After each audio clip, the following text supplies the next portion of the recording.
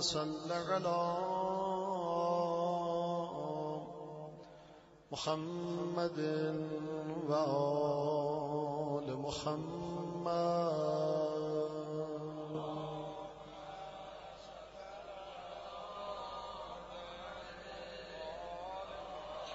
وعجل فرجهم وأهلك أعداءهم واحشرنا معهم. أعوذ بالله من الشيطان الرجيم. بسم الله الرحمن الرحيم. اللهم كن لوليك الحجة بن الحسن صلواتك عليه وعلى آبائه في هذه الساعة وفي كل ساعة وليا وحافظا وقائدا وناصرا ودليلا وعينا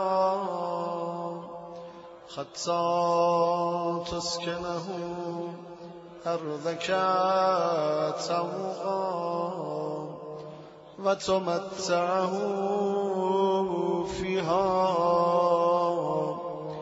طويلا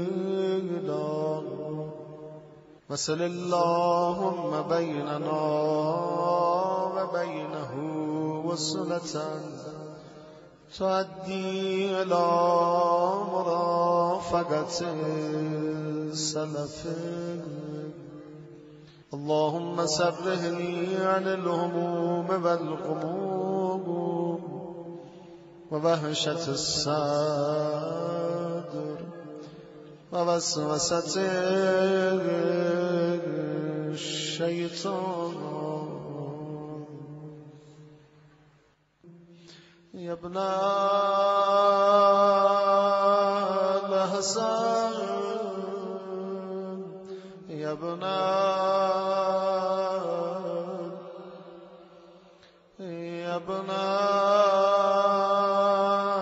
الحسن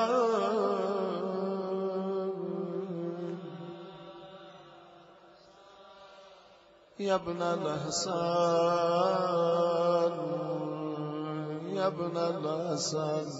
عن فاطمة الزهراء عليها السلام بنت رسول الله صلى الله عليه وآله قال سمعت فاطمة أنها قالت دخل علي أبي رسول الله في بعض الأيام فقال السلام عليك يا فاطمة فقلت عليك السلام قال إني أجد في بدني ضعفا فقلت له أعيذك بالله يا أبتاه من الضعف فقال يا فاطمة ائتيني بالكساء اليماني فغطيني به فأتيته بالكساء اليماني فغطيته به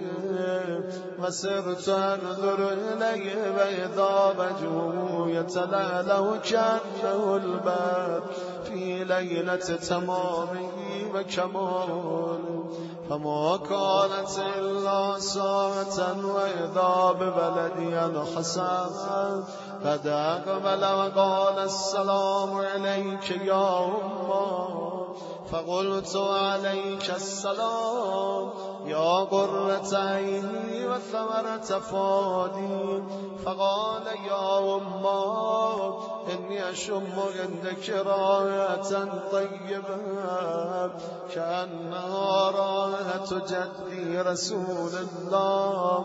فقلت نعم إن جدك تحت الكساء. فأقبل الحسن نهب الكساء فقال السلام عليك يا جدا يا رسول الله، أتأذن لي أن أدخل معك تحت الكساء؟ قال وعليك السلام يا ولدي ويا صاحب هودي قد أذنت لك. فدخل معه تحت الكساء فما كانت إلا ساعة وإذا بولدي الحسين قد أقبل وقال السلام عليك يا أمه. فقلت وعليك السلام يا ولدي ويا قرة عيني وثمرة فؤادي. فقال لي يا أمه إني أشم عندك رائحة طيبة كأنها رائحة جدي رسول الله. فقلت نعم إن جدك وأخوك تحت الكساء. فدنا الحسين نهب الكساء وقال السلام عليك يا جدا، السلام عليك يا من اختاره الله، أتأذن لي أن أكون معكما تحت الكساء؟ فقال وعليك السلام يا ولدي ويا شافع أمتي قد أذنت لك. فدخل معهما تحت الكساء. فأقبل عند ذلك أبو الحسن علي بن أبي طالب وقال السلام عليك يا بنت رسول الله. فقلت وعليك السلام يا أبا الحسن ويا أمير المؤمنين.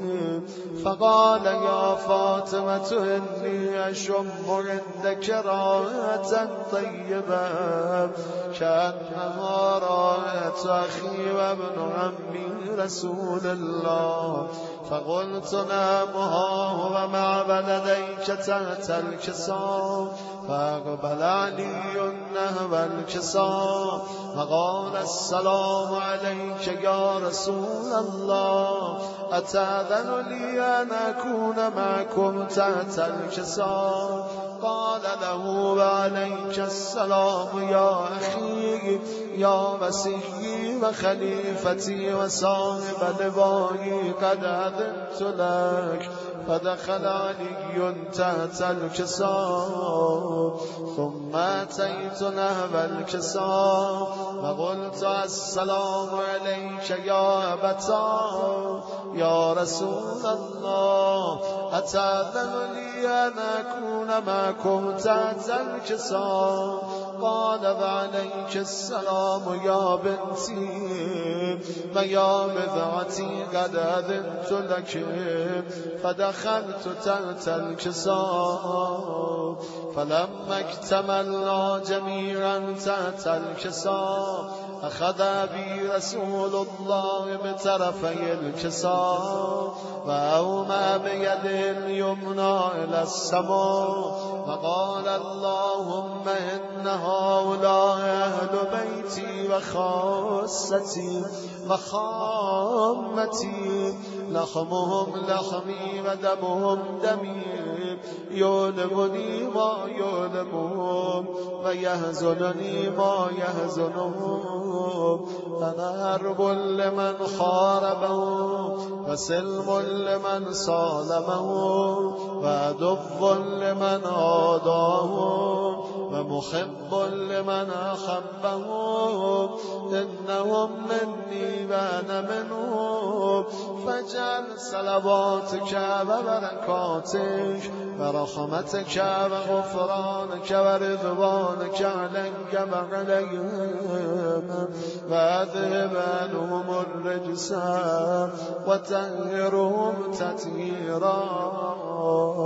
فقال الله عز وجل يا یا ملائکتی و یا سکان سماواتی انی ما خلقت سماء مبنیه ولا ارضا مدحیه ولا قمرا منیرا ولا شمسا مضیئا ولا فلكا يدور ولا بحرا يجري ولا فلكا يسري إلا في محبة هؤلاء الخمسة الذين هم تحت الكساء. فقال الأمين جبرائيل يا رب ومن تحت الكساء؟ فقال عز وجل هم أهل بيت النبوة ومعدن الرسالة هم فاطمة وأبوها وبعلها وبنوها. فقال جبرائيل يا رب أتأذن لي أن أبتلى لأكون معهم سادسا؟ فقال الله نعم قد أذنت لك. فابتلى الأمين جبرائيل وقال السلام عليك يا رسول الله. العلي الأعلى يقرئك السلام ويخصك بالتحية والإكرام ويقول لك بعزتي وجلالي إني ما خلقت سماء مبنية ولا أرضا مدحية ولا قمرا منيرا ولا شمسا مضيئا ولا فلكا يدور ولا بحرا يجري ولا فلكا يسري إلا لأجلكم ومحبتكم. وقد أذن لي أن أدخل معكم فهل تأذن لي يا رسول الله؟ فقال رسول الله وعليك السلام يا أمين بغي الله إنه قد أذنت لك. فدخل جبرائيل معنا تحت الكساء فقال لأبي أن الله قد أوحى إليكم يقول إنما يريد الله ليذهب عنكم الرجس أهل البيت ويطهركم تطهيرا. فقال علي لأبي يا رسول الله أخبرني ما لجلوسنا هذا تحت الكساء من الفضل عند الله. فقال النبي والذي بعثني بالحق نبيا واصطفاني بالرسالة نجيا وذكر خبرنا هذا في محفل من محافل أهل الأرض وفيه جمع من شيعتنا ومحبينا إلا ونزلت عليهم الرحمة وهفت بهم الملائكة واستغفرت لهم إلى أن يتفرقوا. فقال علي إذن والله فزنا وفاز شيعتنا ورب الكعبة.